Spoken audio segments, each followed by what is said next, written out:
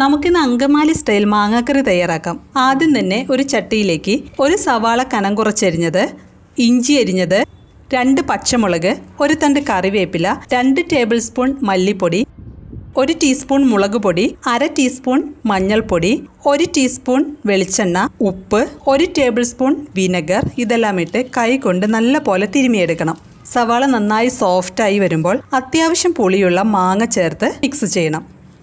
അതിനുശേഷം 1.5 കപ്പ് തേങ്ങാപ്പാലിൻ്റെ 2ാം പാൽ ഇതിലേക്ക് ഒഴിച്ച് മാങ്ങ വേവിക്കണം.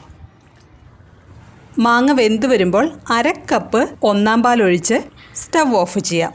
മാങ്ങ വെന്ത് ഉടഞ്ഞു പോകരുത്. 1ാം പാൽ ഒഴിച്ചാൽ കറി തിളപ്പിക്കേണ്ട, ഒന്ന് ചൂടായാൽ മതി.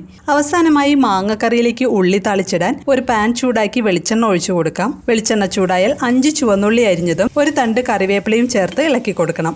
ഉള്ളി ചെറുതായിട്ടൊന്ന് മൊരിഞ്ഞു വരുമ്പോൾ 3 വറ്റൽമുളക് ചേർത്ത് ഇളക്കി മുളക് മൂത്ത് വരുമ്പോൾ മാങ്ങക്കറിയിലേക്ക് ചേർത്ത് കൊടുക്കാം.